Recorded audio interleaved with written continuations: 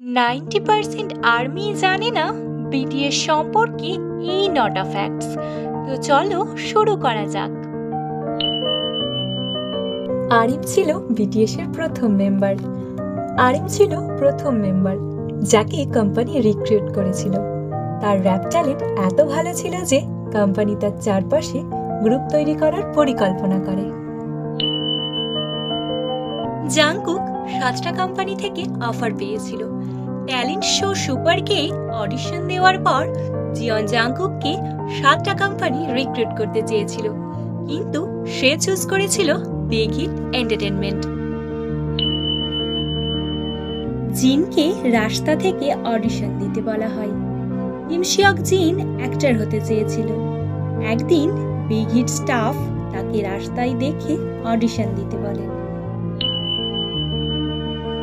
Trainee সময়ে park Jimin অনেক criticism শুনেছিল, কিন্তু তার হার্ডওয়ার্ক তাকে বিটিএস এর মেইন ডান্সার বানায়।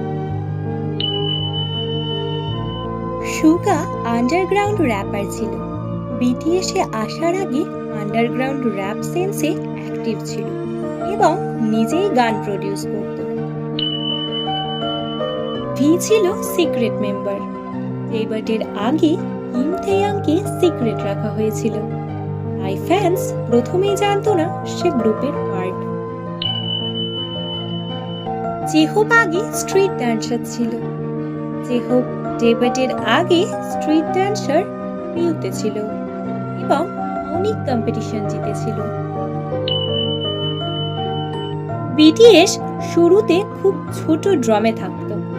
ডেবাটের সময় বিটিএস এর 7 জন মেম্বার একটি ছোট অ্যাপার্টমেন্টে থাকত এবং অনেক স্ট্রাগল করেছে।